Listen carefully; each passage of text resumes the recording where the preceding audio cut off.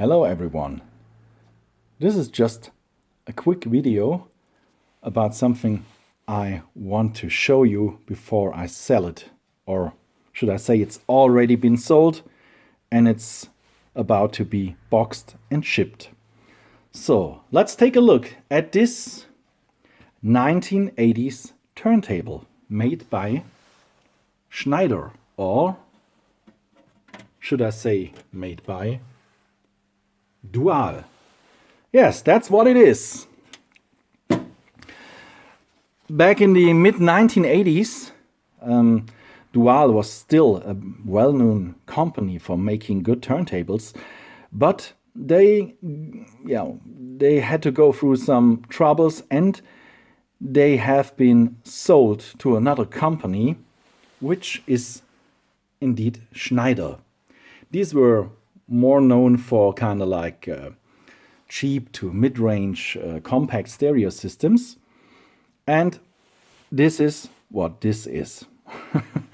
Yeah, this is a Dual ASP 120, and that's probably the cheapest fully automatic turntable that was ever made in Germany, at least back in around 1985 or when this was made.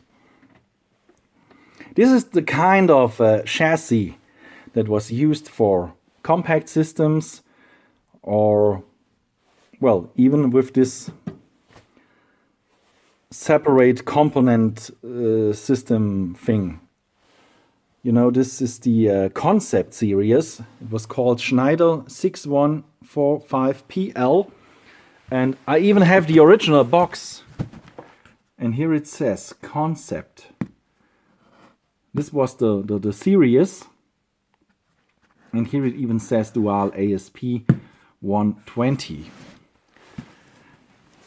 Back then, the price was 199 Deutschmarks, which is equal to around 100 euros. So it's probably not wrong to say this was the cheapest turntable made in Germany back then, even the cheapest automatic turntable. Of course, they did cut some corners. The platter itself, it's made out of plastic. This is a belt drive system.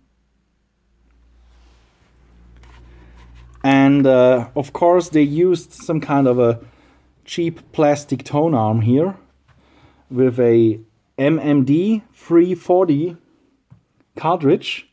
This is almost the same cartridge as they used for those linear tracking turntables. This one is labeled Grundig, but it's a Dual as well. And this is a MMD 345. And this is a 340. It's a little bit dark. Maybe I can bring it over here. Okay.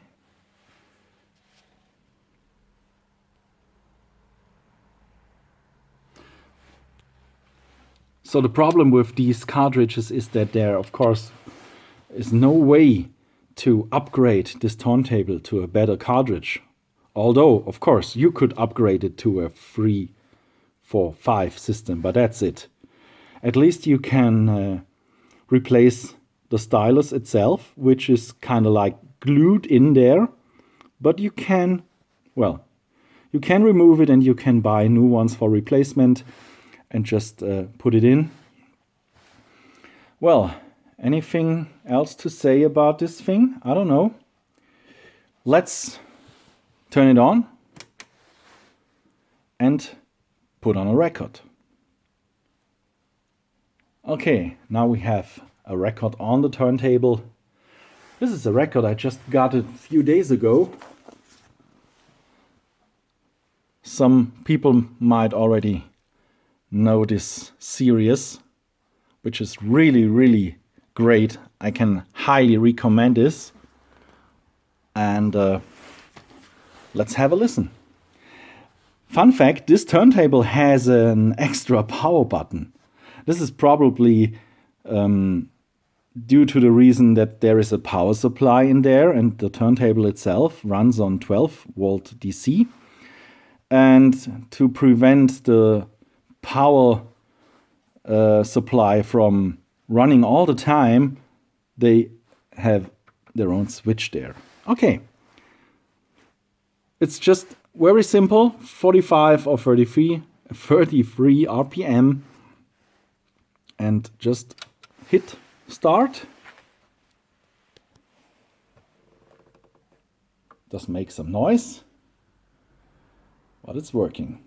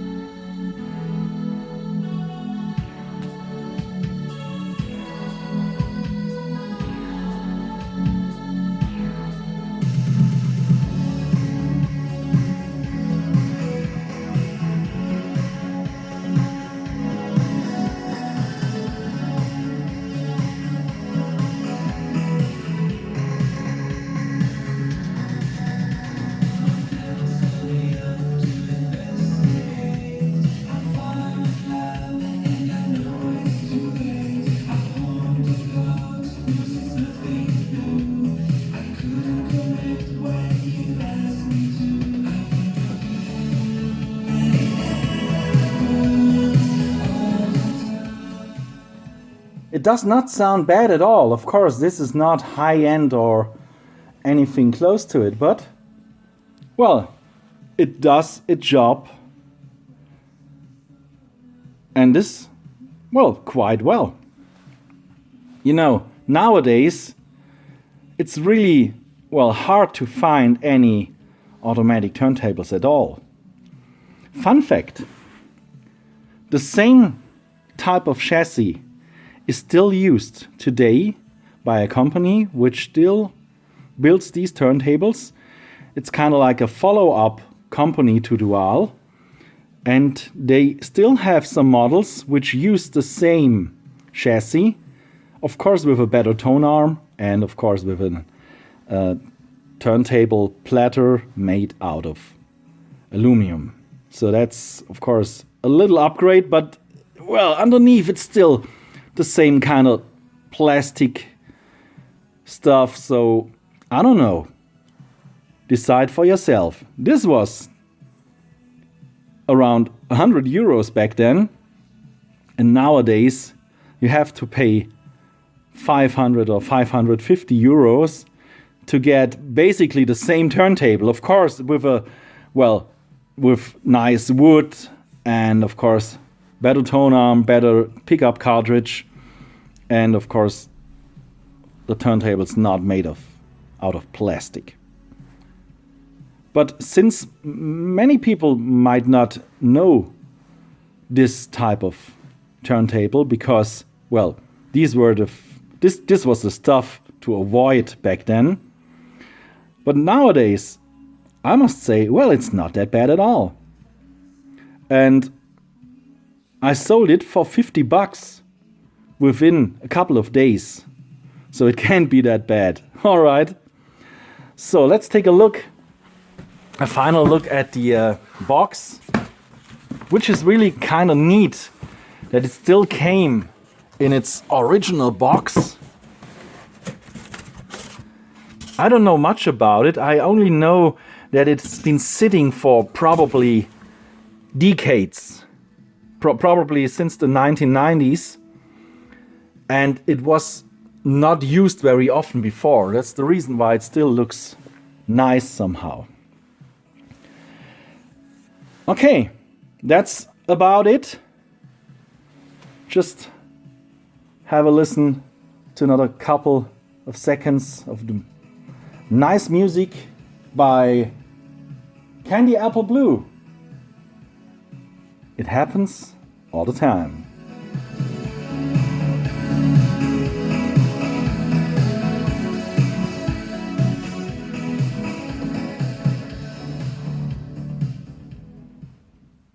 Okay, let's stop. Here we go.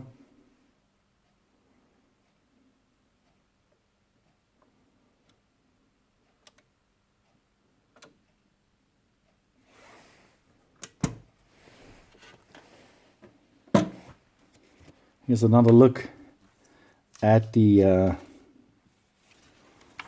owner's manual.